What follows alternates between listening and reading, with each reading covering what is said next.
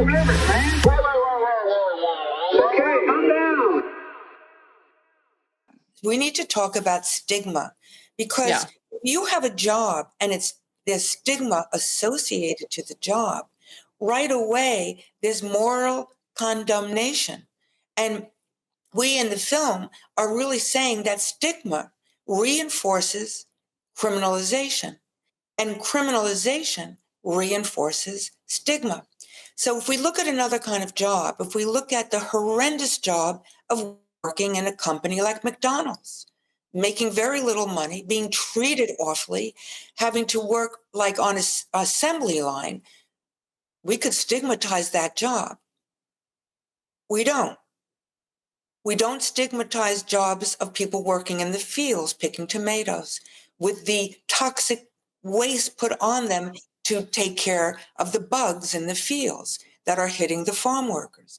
That's not stigmatized. So the first thing we have to say is, why is it stigmatized? And the stigma, it's massive. It's massive.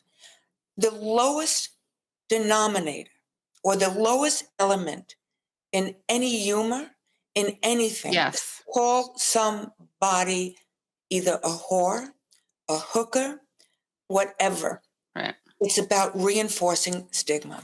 And this goes to sexism, it goes to male supremacy. And the way it plays out in the United States is that there's a hierarchy, and it relates to race, gender, sexual orientation. And that's where some people are on the top and some people are not. And we also have to look at that, because the policing of sex workers who are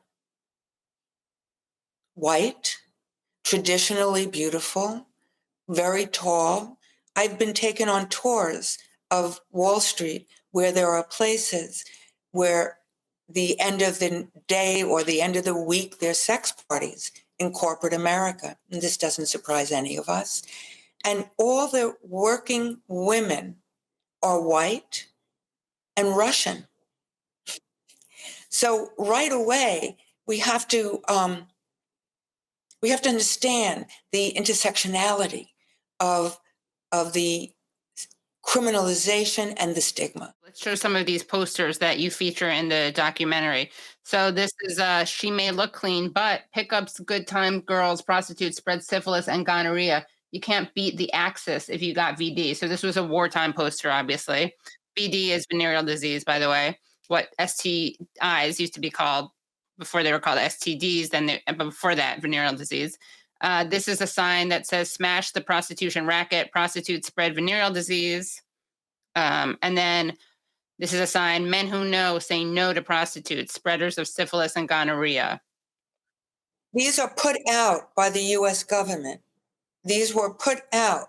And we have to remember the role of our government, the role in terms of being a government that promotes war. And yes, it was the Second World War where those posters come from, but it's the same thing. It's like creating a judgment, a stigma, the negativity. These gentle women, they look good on the outside, they're evil on the inside. So it's an extension of, hating women. And all women, cis, trans, there's a hate of women. And one of the things that I've really learned about is the experience that women, trans women, almost 95% trans women of color, experienced by the police. I do think that there is stigma from working at McDonald's. I want to say that. I just think it's a different kind of stigma. It's like a class stigma? Yes, right? And so we find ways to bifurcate all the time as people and to say this and that. And I think that it's a different type of stigma. Right. But there is this kind of idea that even though a person is engaging in this type of labor, there's some kind of working class honor to it, right? Yeah. This idea of you're working your way, you're working the system, maybe it's an honest job. It's an honest job, exactly. And so the stigmatization is there, but it's in a different way. When you have a moral judgment upon something, giving it validity in the culture, like some kind of sort of heroic hero worship to be poor and struggling, then people are more likely to have sort of, oh, well, work hard and you'll climb the corporate ladder. We don't have that. Right. Our industry, if you have someone who is pulling in 6 figures a year as a sex worker, they will not have the same respect typically in those circles that a person who is probably working at McDonald's and pulling in 20 to 30,000. Right. So that's an interesting, I think, a really interesting lens to view it through, this idea of economics, because in any other industry where you would have an overwhelmingly feminized body or woman making 6 figures, 7 figures, some folks I know as well, and doing so well and owning their own businesses and having the independence and starting their own nonprofit organizations, helping others in their industry. In any other place, you would be like, that's amazing. You go, girl. Right? Yeah. That would be the perspective. But we do not extend the same reality to folks that are in the sex industry. It's like, oh, no, you can become a millionaire. Just don't do it this way. You can't do it that way. So I just wanted to touch on that briefly. I think. Thank you. Oh, yeah, no. I mean, it's a different type of stigma. And, that's, you mentioned the hierarchy in our world, we call it the hierarchy, right? This idea that there's, even within our sort of marginalized groups, we bifurcate ourselves as well and say, oh, well, I'm doing this type, the proliferation of OnlyFans is a concrete example of this. Well, I'm only doing content. I'm only taking pictures, right? And so this idea of like destigmatizing what is essentially pornography for, the Midwest housewife that needed to make some money during the pandemic, that's fine. But folks who've been doing this as a living, who are on a different website, who are maybe, doing different types of content or have a different body than what was mentioned earlier, that is, looked upon as much more privileged. Those are the types of stigma that we create within the hierarchy of sex work in and of itself. And that also has to stop because, sex is sex, work is work.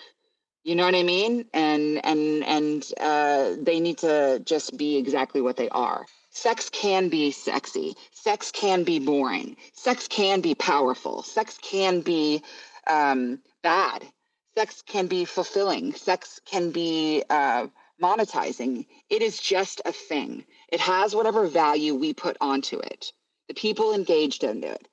Sex without consent is rape, right? But it's still a sexual activity. So it is really important as we're doing this destigmatizing work that we don't give a word of value that it does not have. Sex just is a thing, and it's up to us to place that value upon it, depending on how we do it, with what agency, with what power, with what resources, and those people coming together that are having it. So I just, work is the same way. Work is just work.